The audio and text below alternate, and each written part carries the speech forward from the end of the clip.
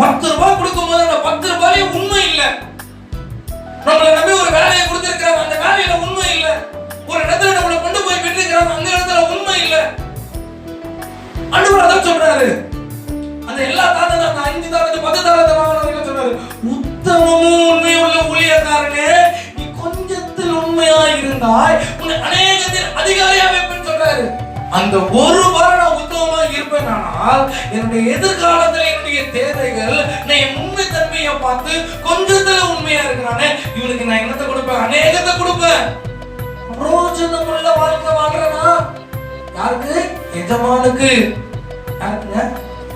எஜமானுக்கு நான் பிரோஜனமுள்ள வாழ்க்கை வாழணும். அப்படி நான் எஜமானுக்கு பிரோஜனமுள்ள வாழ்க்கை வாழ்ந்தா ஆண்டவர் சொல்றது உத்தம ஊழியக்காரனே, அநேகத்துல அதிகாரியா வைக்கிறோம் பாரு. இன்னைக்கு ஏன் அநேகத்துல அதிகாரியா வைக்க முடியல? ஒரு விஷயத்தை யோசிச்சு பாருங்க.